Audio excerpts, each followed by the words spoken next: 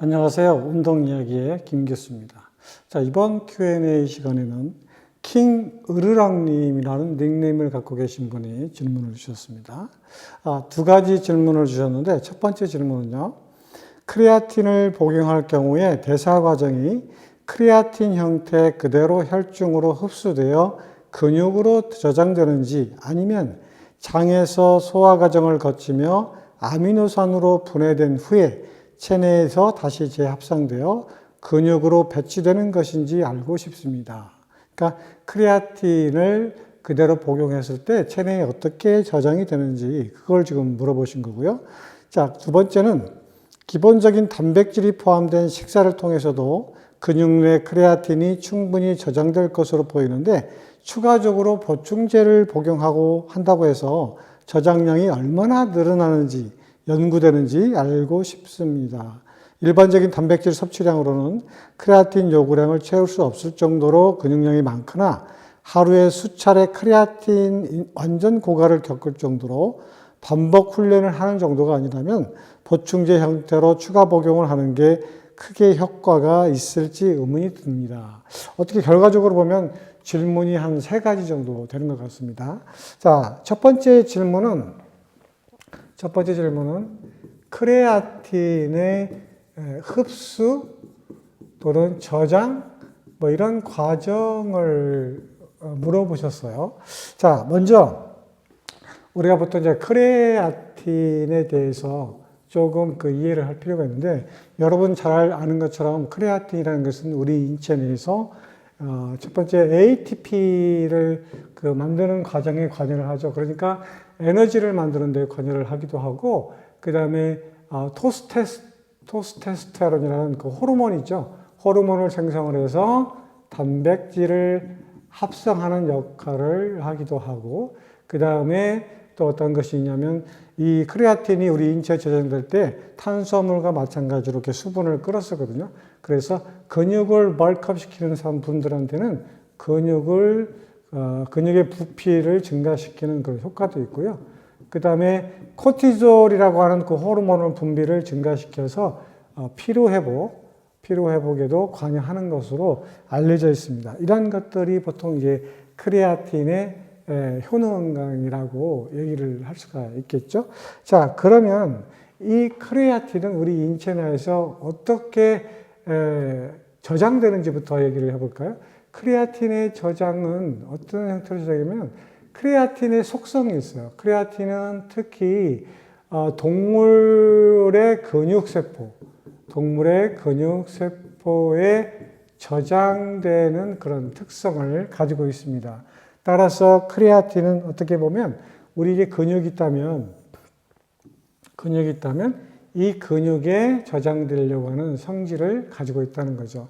그런데 크레아틴 단독적으로 저장되는 게 아니고 크레아틴은 ATP의 인산화 과정에 의해서 저장되는데 이게 무슨 말이냐면 크레아틴과 그 다음에 뭐가 결합하냐면 인산이라는 것이 결합을 해서 이게 크레아틴 인산이라고 하는 형태로 저장된다는 거죠. 그러니까 ATP의 인산화 과정에 의해서 저장되니까 ATP CP 시스템이라고 이렇게 표현하는 이러한 형태로 근육에 저장되어 있다. 그러니까 CP 형태로 근육에 주로 이제 저장이 된다. 이렇게 얘기를 할 수가 있어요. 따라서 이 크레아틴이 에너지를 만들기 위해서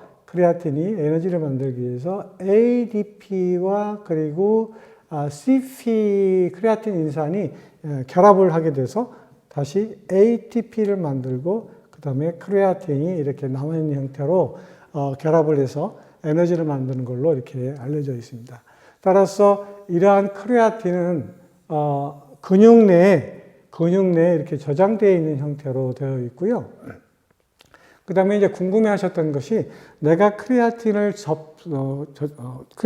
섭취를 하게 되면 이게 크레아틴 형태로 흡수가 돼서 근육 쪽에 저장되는지 아니면 아미노산이라고 하는 형태로 변환돼서 저장이 되는지 이걸 물어보셨거든요. 자, 그러면 우리가 인체 내에서 크레아틴이 어떻게 생성이 되는지 이걸 먼저 알아야 되겠는데 크레아틴은 우리 인체의 간에서도 합성이 되고 그 다음에 신장에서도 합성이 됩니다. 따라서 아미노산을 이용해서 합성하는 방법이 있는데 이건 체내에서 합성하는 방법이죠.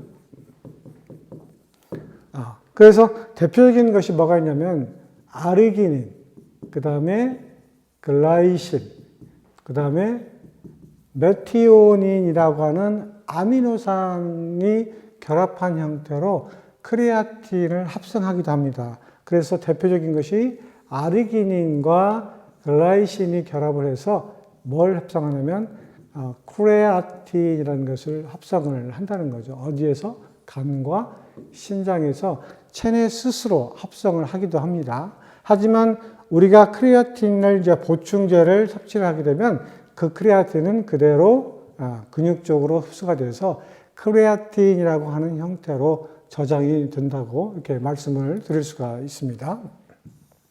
그래서 처음에 물어보셨던 크레아틴의 합성 또는 크레아틴의 체내 흡수가 어떻게 이루어지는지를 설명을 드렸습니다.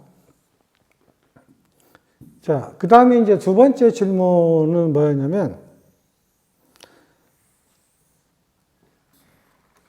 자, 두 번째 질문을 한번 볼까요? 두 번째 질문은 기본적인 단백질이 포함된 식사를 통해서도 근육 내 크레아틴이 충분히 저장될 것으로 보이는데 추가적인 복용이 어떻게 되느냐 이걸 이제 물어보셨잖아요. 자, 크레아틴이 우리 근육 속에 저장된다고 일단 말씀을 제가 드렸고 이 근육 속에 저장될 때 뭐가 반드시 동반되냐면 수분이라는 것이 동반이 됩니다. 그래서 크레아틴이 근육에 저장될 때 체중의 증가를 이 수분에 의해서 일으킬 수가 있어요. 자, 일반적인 사람들이 크레아틴을 보충을 하게 되면 과연 효과가 있을까? 이걸 물어보셨는데 전혀 운동을 하지 않는 초기에 보디빌딩, 멀크업을 시도하는 그런 초보자들한테 초기 크레아틴의 섭취는 분명히 효과가 있습니다. 하지만 어느 정도 숙련된 사람이 크레아틴 보충제를 복용한다고 해서 근육량을 더 키울 수 있는가? 그것은 상당히 미지수라고 이렇게 표현을 하고 있어요. 따라서 초보자들이 운동을 처음 시작할 때 크레아틴의 보충은 효과가 있다. 이렇게 알려져 있는데 여러분이 잘 아시는 것처럼 크레아틴은 근육 속에 저장을 하기 때문에 근육의 크기라는 것은 한계가 있는 거죠. 그래서 일반적인 정상적인 사람의 크레아틴의 하루 복용량은 3에서 5g 정도가 가장 적당한 양으로 되어 있는데 이것을 우리가 보통 크레아틴 보충제를 가지고 이제 섭취하는 양이고 크레아틴 보충제가 아니고 일반적인 음식을 통해서 크레아틴을 보충하려면 보통 우리가 육류라는 것을 섭취를 하면 돼요. 소고기라든가 돼지고기라든가 그 속에 크레아틴이 저장되어 있거든요. 왜냐하면 크레아틴 속성이 근육에 저장되어 있기 때문에 이런 육류를 섭취를 하는데 보통 체중 1kg당 섭취하는 용량이 0.7에서 0.8g 정도를 보통 단백질을 섭취하라고 그러거든요. 그러니까 일상적인 정상적인 사람들은 예를 들어서 이게 1g을 잡고라도 70kg인 사람은 약 70g 정도의 단백질을 섭취함으로써 충분한 양의 크레아틴을 섭취할 수 있다. 이렇게 되어져 있고요. 그렇지 않고 이제 특별히 보디빌딩을 이제 열심히 하는 선수라든가 운동량이 많은 운동선수라든가 이런 경우에는 조금 더 그 보충 섭취량을 증가시킬 필요성은 있다. 이렇게 알려져 있습니다. 따라서 모든 사람이 크레아틴 보충제를 먹는다고 해서 다 흡수가 되는 것은 아니고 보통 한 30% 정도의 사람들은 크레아틴 보충제를 섭취를 해도 그 효과가 없다. 이렇게 알려져 있거든요. 그래서 이런 그 크레아틴 보충제의 흡수율을 높이려면 여러분 뭐하고 같이 섭취를 하는 게 좋냐면 탄수화물과 같이 섭취하게 되면 흡수율을 높여줄 수가 있다.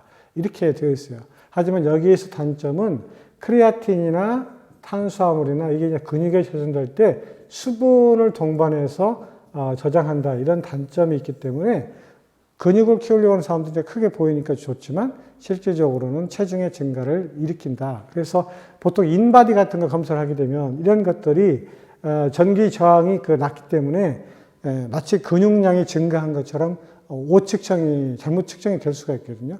따라서 이런 수분량 때문에 근육량, 제지방량이 많은 걸로 측정이 돼서 가로 판독하는데 어려움을 겪기도 합니다. 자, 오늘은 킹 으르렁님께서 주셨던 두 가지 질문을 가지고 설명을 드렸는데, 어쨌든 크레아틴 보충제라는 것은 필요한 사람들한테, 초기에 운동을 시작한 사람들한테 필요한 것이지, 어느 정도 근육이 갖춰진 사람들한테는 그렇게 큰 의미가 없는 걸로 이렇게 알려져 있어요.